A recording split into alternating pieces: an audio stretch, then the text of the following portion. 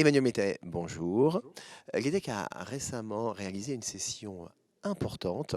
Est-ce que vous pourriez nous l'expliquer en quelques mots?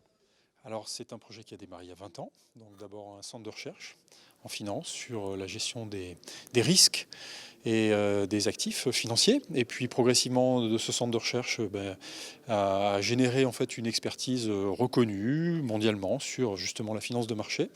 Et puis on a décidé de cette recherche de faire un produit. Donc on a vendu le produit de la recherche aux investisseurs, à l'industrie financière. Donc on a créé des indices en fait sur la base de ce qu'on appelle des smart beta.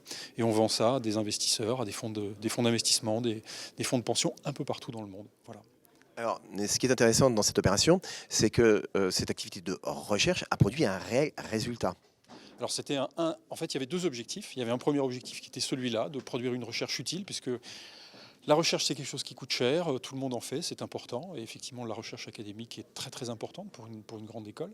Mais on voulait que si cette recherche est pertinente, alors elle soit reconnue par les entreprises qui allaient bien sûr la reconnaître et l'acheter. Donc ça, c'était le premier objectif.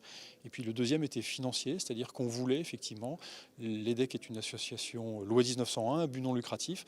Et aujourd'hui, beaucoup d'écoles se posent la question de leurs ressources financières. On est indépendant depuis plus de 100 ans, on veut rester indépendant. Et donc, ça nous permet également d'assurer notre avenir et notre pérennité au plan financier. Alors justement, hein, vous récupérez presque plus d'un an de budget de fonctionnement. Alors vous allez faire quoi de cet argent? Alors c'est un argent qui va aller à la Fondation EDEC, et puis on va prendre notre temps, on va regarder exactement ce qu'on veut en faire. La Fondation EDEC, elle est là évidemment pour assurer le développement de l'EDEC. On va rentrer dans un plan qui s'appelle Ambition 2025, qu'on va présenter au mois de mars, et forcément la Fondation aura des choix à faire pour investir au service de ce plan.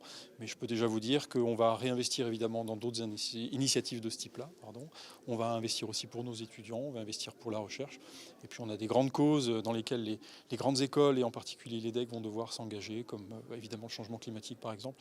Donc voilà, tout cet argent-là va servir à projeter encore mieux l'EDEC dans le monde à l'avenir. Donc concrètement, on peut imaginer qu'une fraction de cet argent puisse être utilisée, par exemple, pour développer le montant ou le nombre de bourses étudiantes, par exemple. Ça sera un des axes. Alors évidemment, c'est la Fondation qui décidera, mais la Fondation a dans ses missions effectivement de développer les bourses étudiantes. Donc il est possible effectivement qu'une partie de cet argent serve à un moment donné à financer l'ouverture sociale pour l'EDEC. Merci. Merci.